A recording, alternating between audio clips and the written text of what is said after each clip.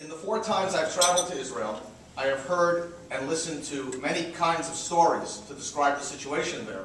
And if you travel on the Israeli side and on the Palestinian side, you do get, one might say, different stories. History and how it is remembered and portrayed is important.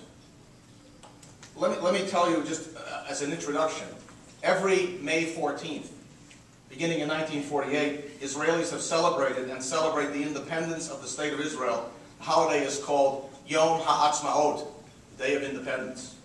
There's dancing in the streets, parades, all sorts of musical groups also playing in the street. And on that same date, every year since 1948, Palestinian Muslims and Christians have referred to this date as the beginning of the Nakba, the catastrophe.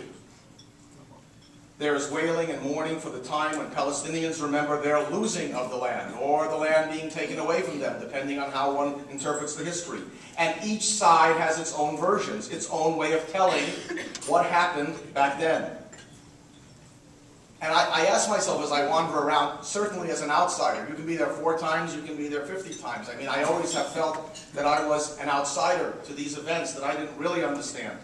And as an outsider, I ask myself, how can it be that a series of events that occurred only 60 years ago should be in such narrative dispute? Who is telling the truth and who is lying? That's an interesting question. Let me tell you a couple of more stories, and then we'll take a look at some maps, and we'll see what we can figure out, and then we'll figure out that we can't figure it out, and then we'll go on. But when I was in Israel, a couple of times ago, I went to visit a Jewish settlement in what is called the West Bank of the Jordan River. Now, you have to know, what is a settlement? It is many times, at least when I traveled around, a hill. You see a hill and it has about 10 or 15 mobile homes sometimes, and you'll see a large fence around it. And I took students from Augustana there because I wanted them to see it. We traveled all over on both sides. It was very interesting. Took students there, and one of the students asked one of the leaders of the settlement if he would give back this piece of land that he was on, if that would create peace. His answer was interesting. He said he surely would do that. He would give it back if it were his to give. But he went on. He said, "Have you read Genesis 12 in the Bible?" I knew there was trouble, you know. Have you read Genesis 12 in the Bible, where God promises the land to Abraham? And if you read Exodus 3, he said, you will see that God tells Moses, "I've come to deliver my people, that they might take over this land, which belongs to the Canaanites and the Perizzites and the Hittites." Have you read that? He said, "How can I give away what belongs to God?"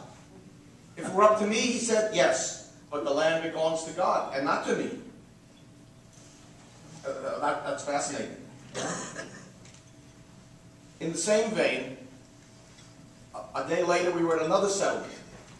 Again, we talked to a very religious man. This was an Orthodox Hasidic sort of group, and we asked him about this, what he thought about this, and he said, "I would be glad to give back the land, but don't you see who's here?"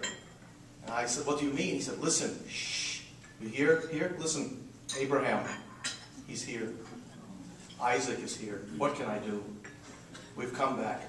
They have come back. We have come back." So the political issue is wrapped up in the religious issue. And it's very difficult to compromise about those things which you believe are eternally true.